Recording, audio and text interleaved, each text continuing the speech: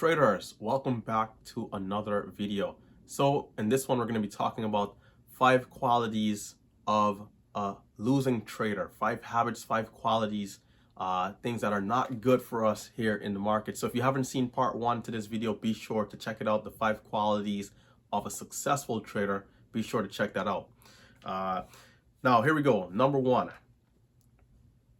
lack of consistency. Right? Lack of consistency and discipline, right? Now, there's going to be a lot of traders that will be coming into the market and they'll be having a hard time following the rules that they'll have for themselves, the rules that they have for their strategies, right? Whether it's cutting losses, revenge trading, all the list of things that we can name and go through that we see a lot of traders struggling with, right? When we talk about getting into trades and knowing our stop loss is in place, but disobeying our stop loss, taking those bigger hits, averaging down, and seeing bigger losses in general, right? So we have to make sure we follow the rules. If we set rules for ourselves, hey, no pre-market trading, hey, no trading in the first 5 minutes of the open, hey, I'm not going to trade past 1 p.m. because I usually have red trades, whatever it might be that you have for yourself, you cannot afford to be breaking those rules. It will cost you money every time. And the worst thing is to have a negative behavior and positive reinforcements. If you do break a rule and you get a green trade, that is not good. It only adds to that bad habit. When we talk about that discipline, that lack of discipline and lack of consistency to follow the rules, right? So as a beginner trader, even if it means printing out your rules and pasting it up in front of you, that's what I would recommend. Nothing is too silly here in the market when we talk about succeeding. Nothing is too childish, nothing is too small. Whatever needs to be done, you have to do. So even if it means printing out those rules right in front of your face every day, reading them before the open, that's what you must do to keep yourself in control. Go ahead. Even to the extremes, right? Some traders will even call their brokers, hey, if I'm down more than 500 and I hit my max loss, let's say your max loss is 500 on the day, do not allow me to take more trades, because you realize every time you hit your max loss, maybe you double up and you go deeper into the red. It doesn't make sense. So respecting those rules is one thing that you definitely, have to do as a beginner trader. So when we talk about lack of consistency, lack of discipline, you definitely don't want to fall into that category. So number 2, lack of confidence. This is pretty big because sometimes a trader could be well disciplined but is lacking confidence, and it will kind of mess up the other good things you have going on. Maybe a stock comes along that's actually an A quality setup and you do not hit the buy button. Maybe you convince yourself that it's somehow too risky, or you need to wait a little bit longer. These are things that you're doing because you're not as confident to get long into the trade. Maybe your share size is too high. Maybe it's been a slower market and you haven't been seeing stocks working out. Well, you definitely want to work on rebuilding that confidence, because that's one thing that will cost a lot of traders as the markets are changing, right? So this is, of course, going to bring me into step number 3, which is the lack of the ability to adapt into a new market, right? The market is ever changing. There'll be new things that are to come that we don't know of yet, and new levels of volume, just different changes that we might not expect. And so when that time comes, we have to be willing to first accept the change and then, make the adjustments where we need to with our trade style or strategies to ensure success, right? So you cannot be stuck in your ways. You cannot afford to be that older, kind of like a grandpa in a sense. It's like, hey, the kids these days, what are they doing now? In a way, you have to be willing to challenge yourself, right? Challenge yourself mentally to see what the kids are doing, right? What are these kids doing that are working well? And how is this affecting me in a negative way? And what can I do that the successful traders are doing to make sure that I'm not left behind, right? Because the market is always changing. you got to look forward to adjusting, right? So that's one of the big things that will get a lot of traders is the failure to adapt. That's number 4. Number 5, well, that's number 3. Number 4, lack of studying, right? Lack of studying, lack of tracking your metrics, and lack of screen recording. These are big. Now, if you're a trader out there that's serious, you're treating trading like a business, why on earth would you not track your metrics, right? Every company out there is keeping track of their metrics, depending on what field, what field or sector they're in.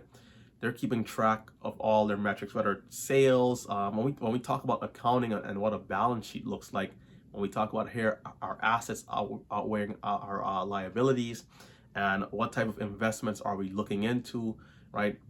There's a lot of different ways you can track your metrics, whether through Excel spreadsheets or different software out there, like TraderView, and there's a bunch of different ways you can do it. But you need to be able to track your metric. Now, trading is more so of an art than a science, I would say, but it's a bit of a mixture, right? And knowing your metrics isn't a bad thing. Hey, how much money did I make this year versus last year? I mean, these simple things. There's some traders out there who would be trading for years that they don't know these things, right? How much money did I do this year versus last year when we talk about net versus gross? Hey, what's my accuracy? What's my average winning green trade versus my average losing trade? What's my profit loss ratio? What's my risk management going into some of these trades?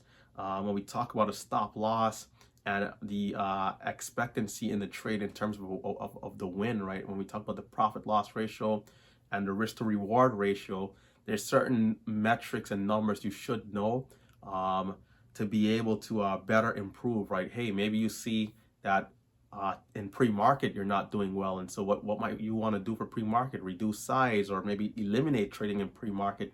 Metrics will give you a good amount of data to be able to work off of, and so there's softwares out there that will track things that you wouldn't even think of, right? And so definitely I urge all of the traders out there who are serious to treat it like a business, and you definitely do not want to fall in that category of people who are not keeping their metrics, who are not studying, right? Studying, although, and to branch off, right? Studying, how often are you reviewing your trades, right? There's traders out there who will review their trades every day, maybe every week. Are you reviewing your trades, or are you not reviewing your trades at all? There's a few traders out there who might go 6-7 months without reviewing a trade. They might go an entire year or two without reviewing a trade. So they're not going to know why a trade worked really well versus why one didn't work. And so these are the things you want to know to build overall consistency with your trading and your trade style, having that intuition in the market. So screen recording is big, and it ties in with studying, and it ties in with your metrics, right? All of these go hand in hand.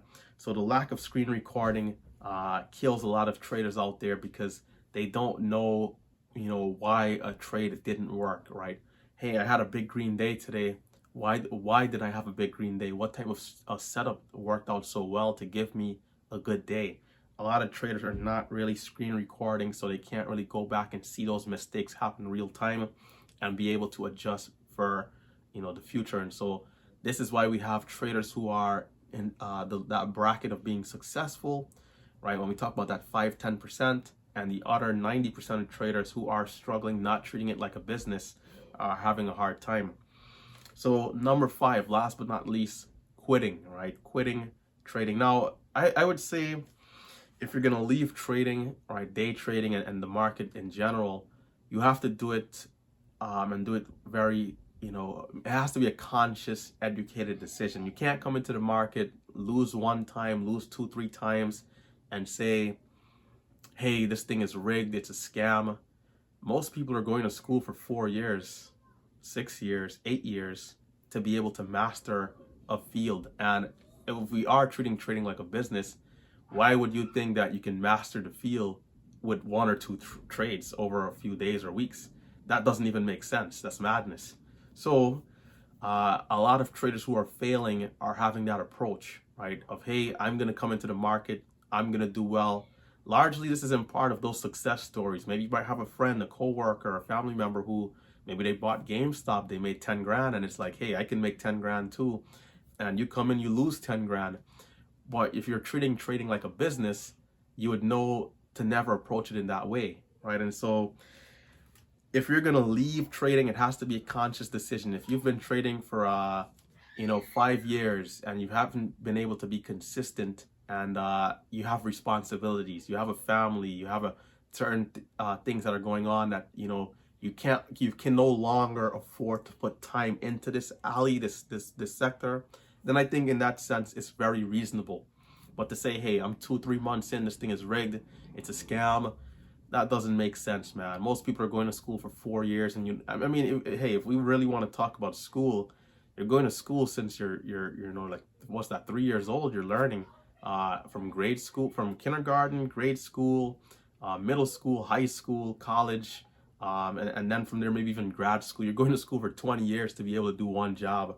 So if you're not trading for like 5, 10, 15 years, how are you going to know? You're not going to know. You're not going to know. You never gave yourself the chance to know if you were going to be able to be successful. So, the way how things are looked at and viewed, you got to keep that open mind, that open perspective, or you'll be lost when we talk about, the angle, right? It's all about the angle. Which angle are you coming from, right? There's going to be someone who's able to see it for what it is, and someone who's coming in with a more narrow point of view. And so, because of whatever situation or whatever beliefs they might have, they're doing themselves a disservice. So if you are going to leave trading, you have to do it under the right circumstances. You cannot quit and become, that 9 out of 10 trader who failed in the first week. You never gave yourself a chance at being successful. So that's where I'm going to end this one. If you did enjoy, be sure to hit that thumbs up button. If you're new viewer, consider subscribing to the channel. And of course, once again, check out part 1 to this video. Guys, it's been Relentless Trader, and I am, of course, signing out.